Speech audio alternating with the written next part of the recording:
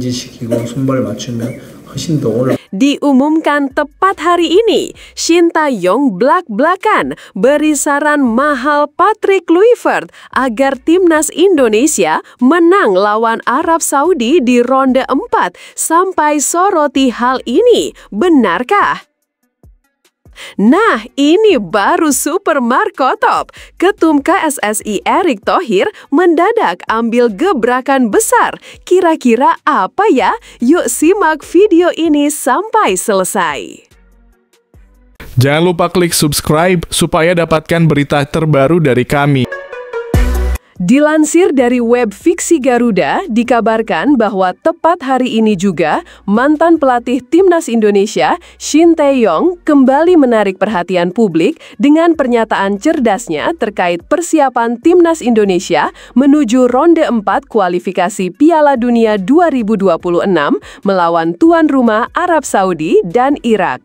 Dalam kesempatan eksklusif di media Korea Selatan, Chosun, pelatih asal Korea Selatan ini memberikan sejumlah tips dan trik penting kepada pelatih Timnas Indonesia saat ini, Patrick Kluivert, demi mengantarkan Garuda lolos ke putaran final turnamen sepak bola paling bergengsi di dunia tersebut. Shin Tae-yong, yang dikenal sebagai sosok pelatih yang memiliki metode pelatihan modern dan disiplin tinggi, menegaskan bahwa keberhasilan Timnas Indonesia bukan hanya bergantung pada teknik dan taktik, melainkan lebih pada aspek fundamental seperti kualitas fisik para pemain serta strategi permainan yang tepat.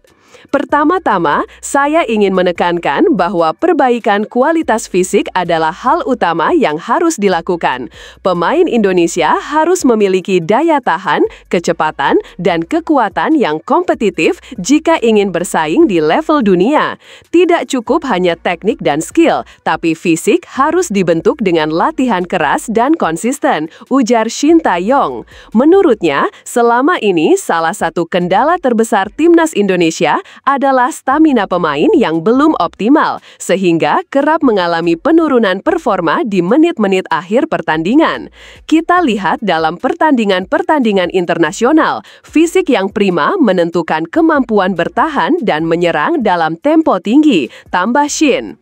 Tips kedua yang disampaikan Shin Tae-yong adalah soal perubahan strategi permainan. Mantan pelatih yang sukses membawa Indonesia ke Piala Dunia U20 2023 ini menyarankan Patrick Kluivert untuk meninggalkan konsep permainan total football ala Belanda yang selama ini coba diterapkan. Strategi total football memang sangat indah dan efektif jika semua pemain memiliki kemampuan teknik dan taktik yang seimbang. Namun, kondisi pemain Indonesia saat ini belum sepenuhnya siap menerapkannya secara konsisten, jelas Shin Tae-yong. Sebagai gantinya, Shin Tae-yong menyarankan agar Timnas Indonesia fokus pada gaya permainan counter-attack yang lebih efektif. Counter-attack memungkinkan tim untuk memanfaatkan kecepatan pemain saat melakukan serangan balik, terutama melawan tim-tim kuat yang mendominasi bola. Dengan cara ini, Indonesia bisa lebih efektif memanfaatkan ruang yang ditinggalkan lawan. Shin Tae-yong juga mengingatkan bahwa mengikuti gaya total football ala Belanda yang menjadi ciri khas pelatih saat ini, Patrick Kluivert, harus dilakukan dengan sangat hati-hati dan disesuaikan dengan karakter pemain Indonesia. Total football membutuhkan koordinasi tinggi dan pemahaman taktik yang mendalam dari seluruh pemain. Jika tidak, ini bisa menjadi bumerang dan justru membuat permainan tidak efektif. Oleh karena itu, saya sarankan untuk menyesuaikan gaya permainan dengan kekuatan fisik dan karakter pemain saat ini, pungkas Shin. Sebagai rujukan praktis, Shin Tae-yong menyarankan Patrick Kluivert dan tim pelatih untuk melihat kembali video pertandingan antara Timnas Indonesia melawan Arab Saudi yang berhasil dimenangkan Indonesia dengan skor 2 gol lewat gol gemilang Marcelino Ferdinand beberapa waktu lalu. Laga itu adalah contoh nyata bagaimana strategi counter-attack yang tepat dan fisik prima dapat mengalahkan tim yang lebih kuat secara teknis dan pengalaman. Gol Marcelino Ferdinand adalah bukti bagaimana pemain dengan kecepatan dan ketepatan waktu bisa memanfaatkan peluang saat lawan lengah, ujar Shin Tae-yong.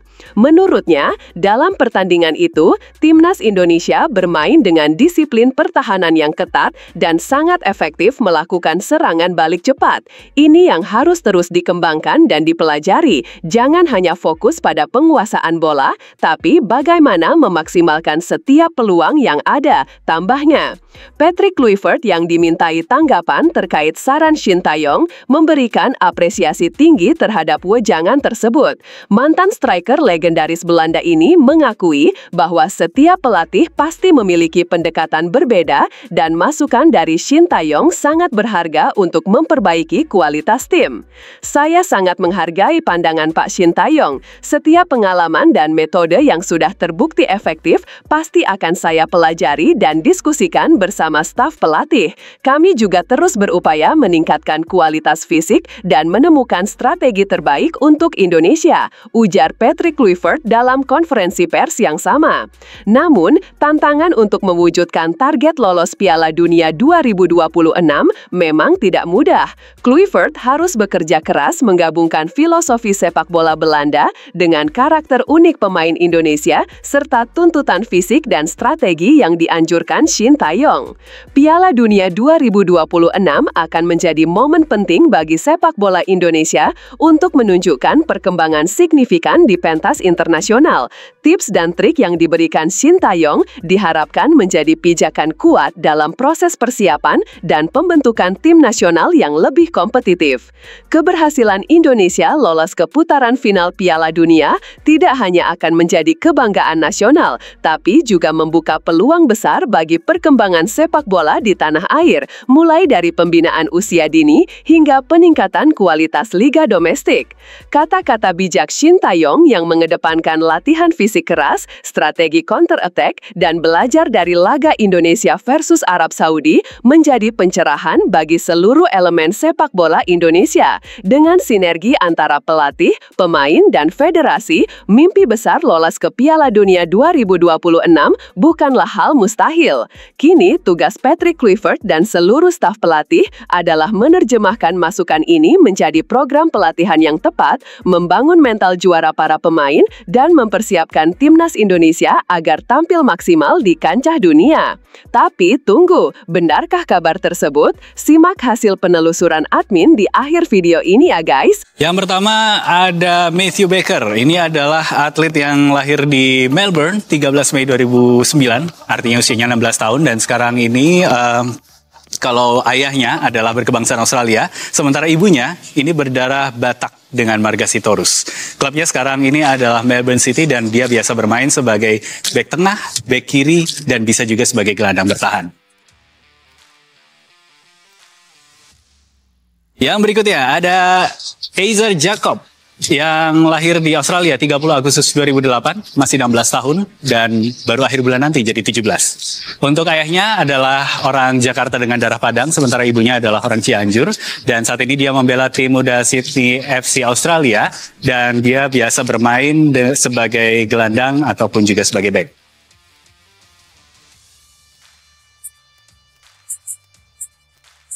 Yang berikutnya ada Noah Pohan yang lahir 12 Maret 2010, jadi masih 15 tahun. Dan untuk saat ini, Noah Pohan ini memperkuat NAC Breda U15 di Belanda. Dan ia biasa bermain sebagai gelandang, baik gelandang serang maupun juga gelandang bertahan.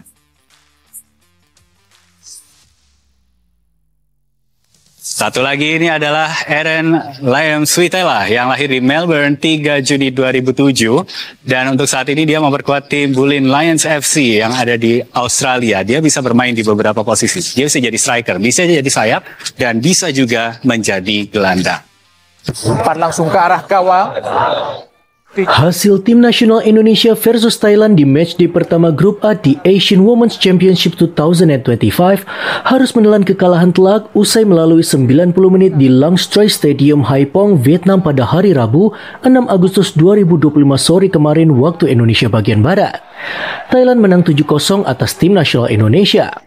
Perbedaan kelas langsung terasa sejak peluit dibunyikan. Di menit ke-6 Thailand langsung mencetakkan gol pembuka akibat kiper Laila Ruwati yang tak cakap membaca bola udara melalui gol dari Pomsri. Skor pun berubah menjadi 1-0. Thailand berhasil menambah golnya ke gawang tim nasional putri Indonesia pada menit ke-19. Kali ini gol dicatatkan oleh Madison Jadkaston dan skor kembali bertambah untuk tim nasional Thailand dengan 2-0. Bukan pakai tangan. Ini juga sangat sedikit diragukan keputusan daripada Laita. Tim nasional putri Indonesia tampaknya begitu kesulitan untuk meladeni permainan Thailand. Pasalnya gawang mereka kembali dibobol pada menit ke-27 via Karn Janatat Pomsri, skor pun menjadi 3-0. Thailand semakin percaya diri untuk memainkan laga. Hal ini ditandai dengan mereka mencetakkan 2 gol dalam 2 waktu berdekatan, yaitu lewat P. Manowang menit ke-40 dan juga Janita Jinantuya pada menit ke-41 hingga skor menjadi 5-0 untuk unggulan Thailand. Dari penjaga gawang dengan hasil umpan UMJ tadi ke tiang jauh, kita lihat bagaimana tidak. Sampai akhir babak pertama tidak ada gol tambahan tercipta. Sementara waktu tim nasional putri Indonesia tertinggal 5-0 dari Thailand. Di menit ke-71 Thailand berhasil menambah pundi-pundi golnya kembali ke gawang tim nasional Indonesia.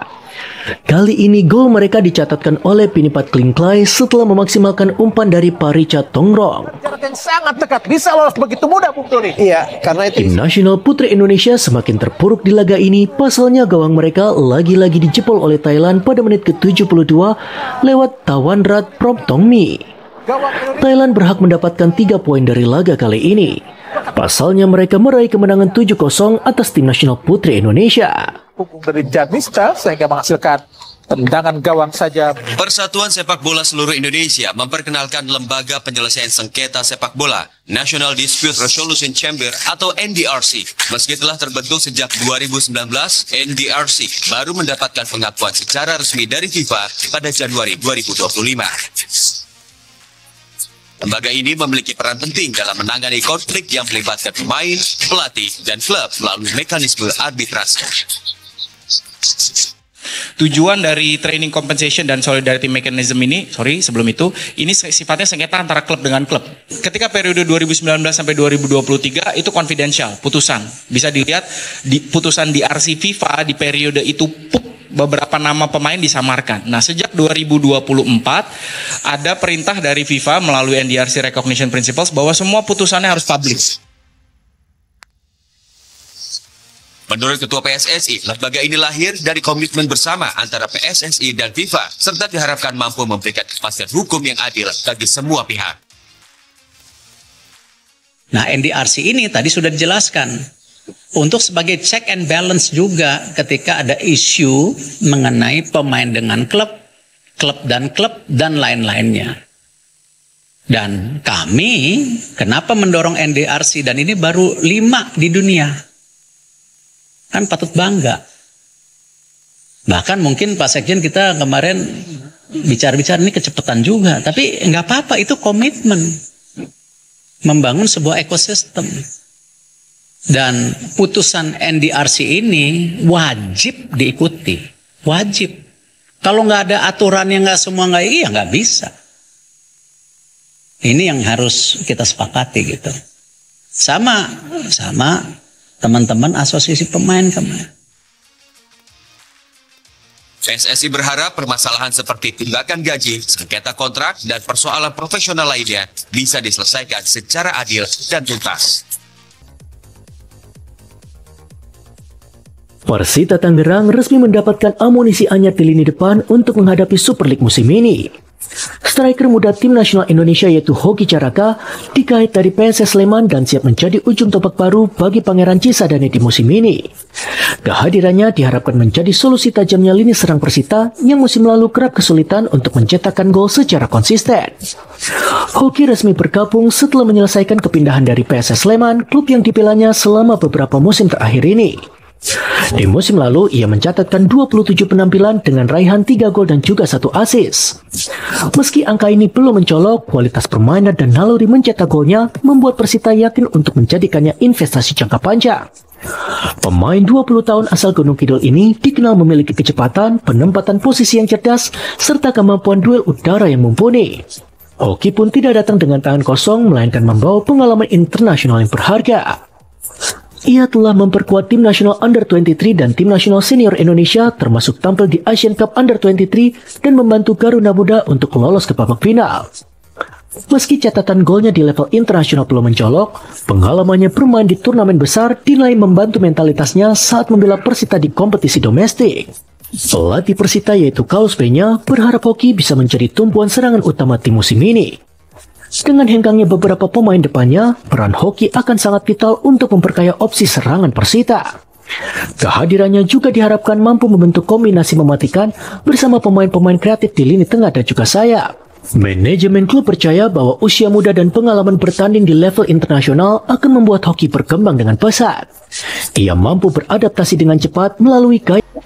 Beberapa hari jelang dimulainya musim baru Super League 2025-2026, Persija Jakarta kembali memperkenalkan rekrutan anyar mereka, Maxwell Souza de Lima dari Brazil. Maxwell memiliki rekam jejak cukup mentereng di sejumlah klub di Brazil dan Eropa. Pemain berposisi sayap ini menjadi pemain asing ke-9 yang didatangkan tim Macan Kemayoran.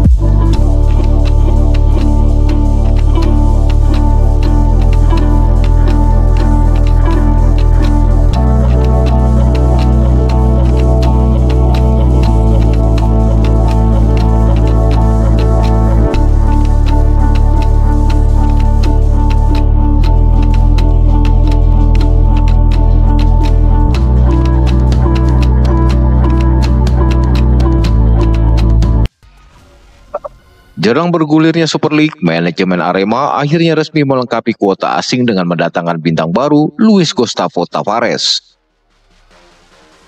Gustavo dikontrak Arema dengan durasi selama 1 musim dan opsi perpanjangan di musim berikutnya.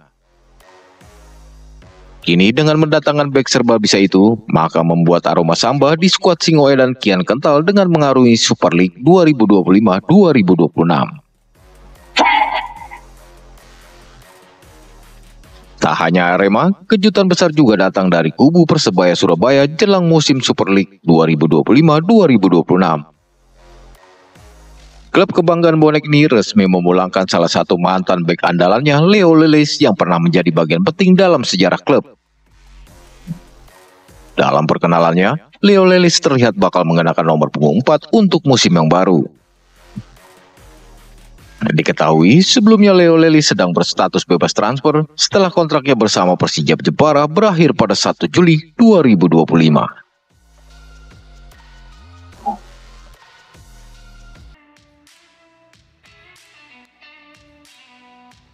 Juara Liga 1 musim 2024-2025 Persib Bandung siap menghadapi musim 2025-2026. Akhir pekan lalu, Maung Bandung menggelar launching tim bertajuk Pesta Biru 2025.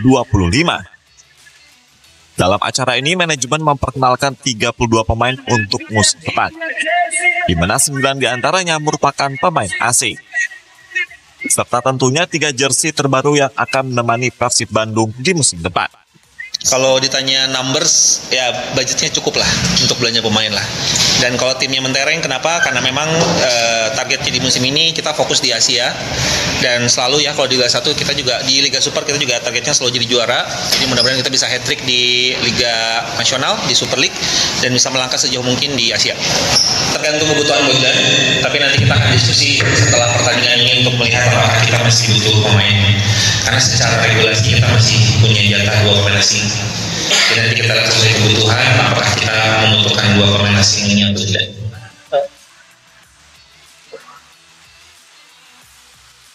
Usai memperkenalkan jersey dan para pemain untuk musim baru, Persib langsung menggelar uji coba terakhir melawan klub asal Australia Western Sydney Wanderers.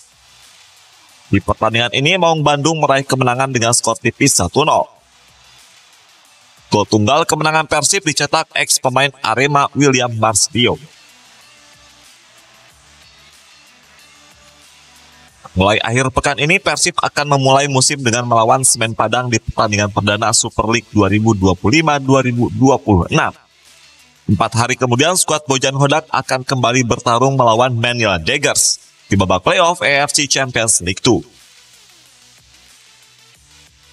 Bersama Dewa United, Persib Bandung menjadi 2 tim Indonesia yang akan bertarung di 2 kompetisi musim ini. Selain tentunya di Liga Indonesia, Maung Bandung juga akan bertarung di kompetisi Asia.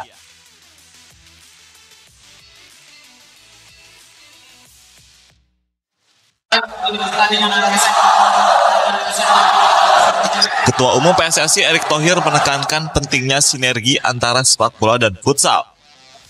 Hal tersebut menandai kembalinya kepengurusan Federasi Futsal ke pangkuan PSSI setelah dalam beberapa tahun terakhir berbeda kepengurusan.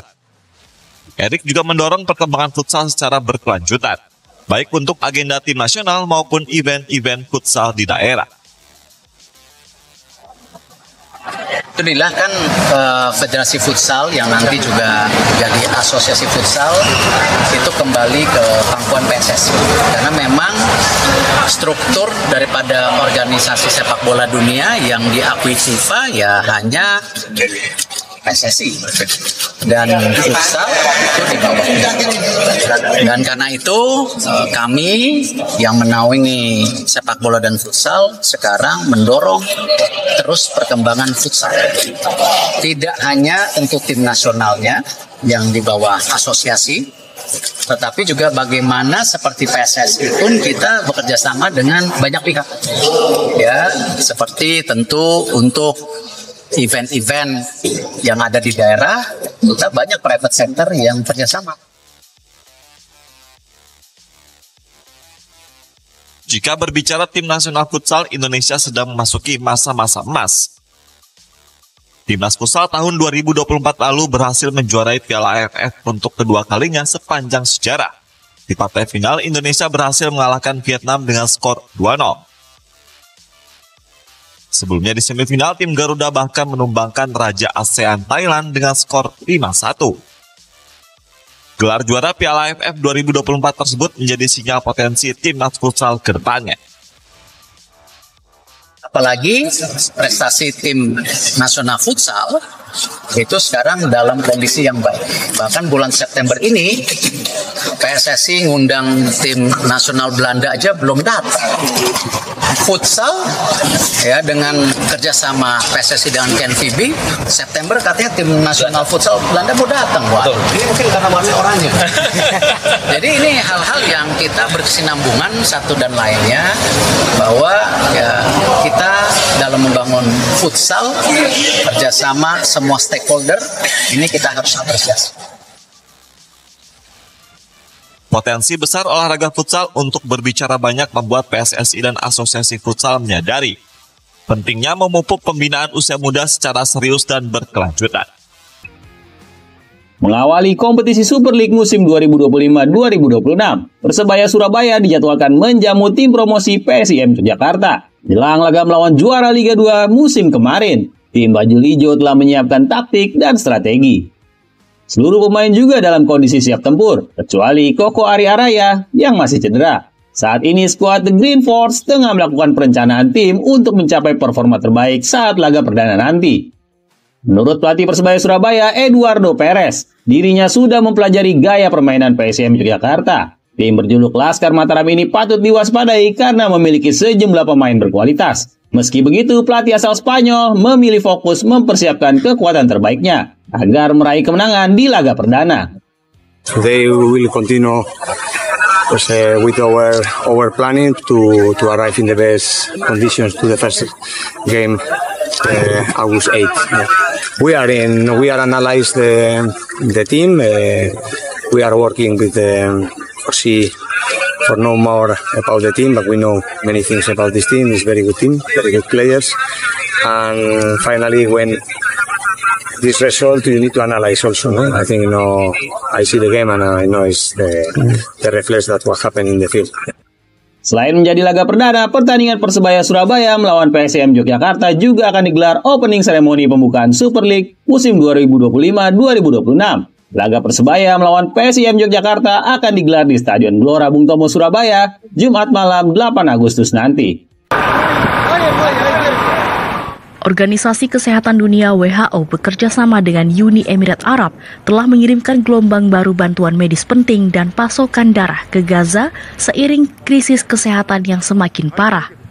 Antara 2 dan 4 Agustus 2025, truk pasukan yang membawa obat-obatan esensial, perlengkapan bedah dan sekali pakai, serta perawatan untuk penyakit tidak menular tiba di gudang WHO di Deir al-Balah, Gaza Tengah. Pengiriman juga mencakup pasokan rantai dingin dan unit darah yang diangkut ke Kompleks Medis Nasser di Khan Yunis, Gaza Selatan. Para pejabat WHO menekankan kebutuhan mendesak akan dukungan yang berkelanjutan dan lebih besar untuk mengatasi keadaan darurat medis yang sedang berlangsung di Gaza. Sementara itu, pejabat Perserikatan Bangsa-Bangsa memperingatkan bahwa perluasan operasi militer Israel di seluruh jalur Gaza akan berisiko menimbulkan konsekuensi bencana bagi jutaan warga Palestina dan semakin memperburuk konflik yang sudah gawat.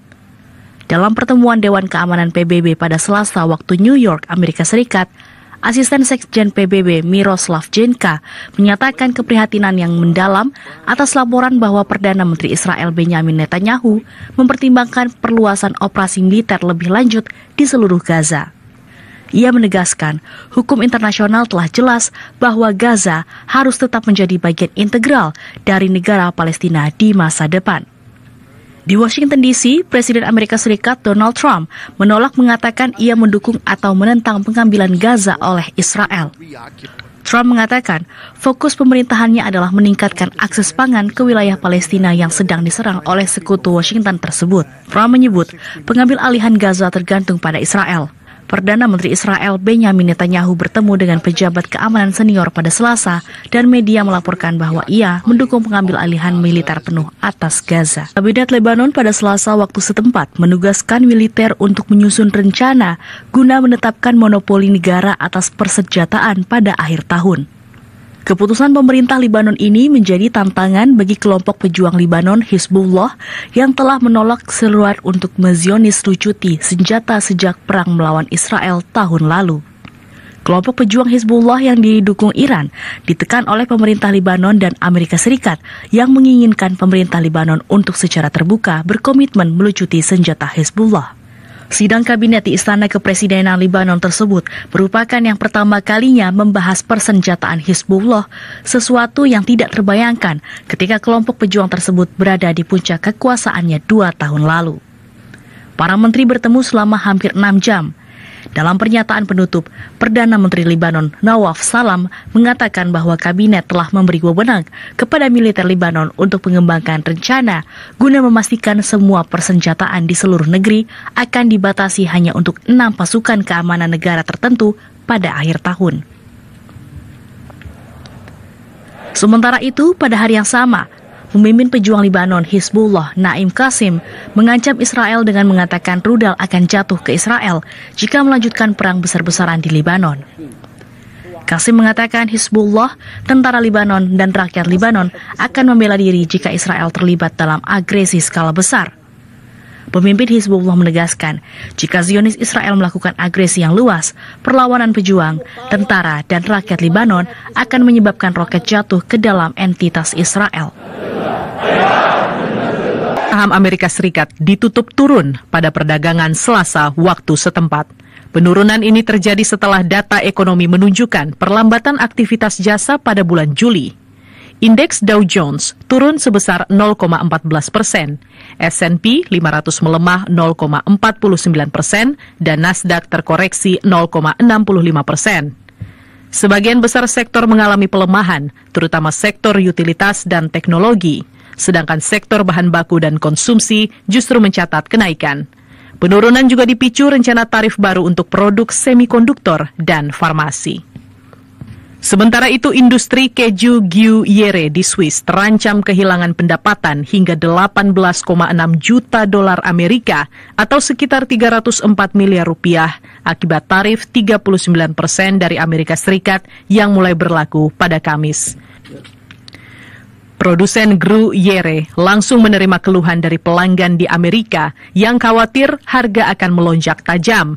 Asosiasi Produsen Gruyere memperkirakan ekspor tahunan ke Amerika bisa turun sebanyak 1.000 ton dari total rata-rata 4.000 ton. Sementara itu, Kepala Perusahaan Manufaktur Grenzebach di Jerman, Egbert Weninger, menyebut tarif impor baru dari Amerika Serikat sebagai beban bagi dunia usaha. Tarif sebesar 15% itu membuat harga mesin produksi buatan Eropa menjadi lebih mahal bagi pelanggan di Amerika. Kenaikan harga ini berisiko menunda investasi dan membuat perusahaan lebih hati-hati dalam mengambil keputusan bisnis. Presiden Amerika Serikat Donald Trump mengancam akan memberlakukan tarif impor hingga 35% untuk produk farmasi asal Uni Eropa jika blok tersebut gagal memenuhi janji investasi dalam kesepakatan dagang. Analis dari Pusat Kebijakan Eropa di Brussel, Mark Volkmann, menilai Uni Eropa kini dalam posisi yang sangat lemah. Ia mengatakan bahwa sekitar sepertiga ekspor obat-obatan dari Eropa ke Amerika, terutama dari Jerman, Belgia, dan Irlandia, bisa terdampak serius. Volkmann menyebut tarif sebesar 150% hingga 250% yang direncanakan Trump akan menjadi bencana bagi industri farmasi Eropa. Setelah ditelusuri oleh admin, berita pertama tadi hanya karangan ya guys. Tujuannya untuk edukasi penonton karena mulai marak berita karangan yang menyebar di YouTube. Penulis juga sudah memperingatkan agar hati-hati sebelum menyebarkan video ke rakyat Indonesia.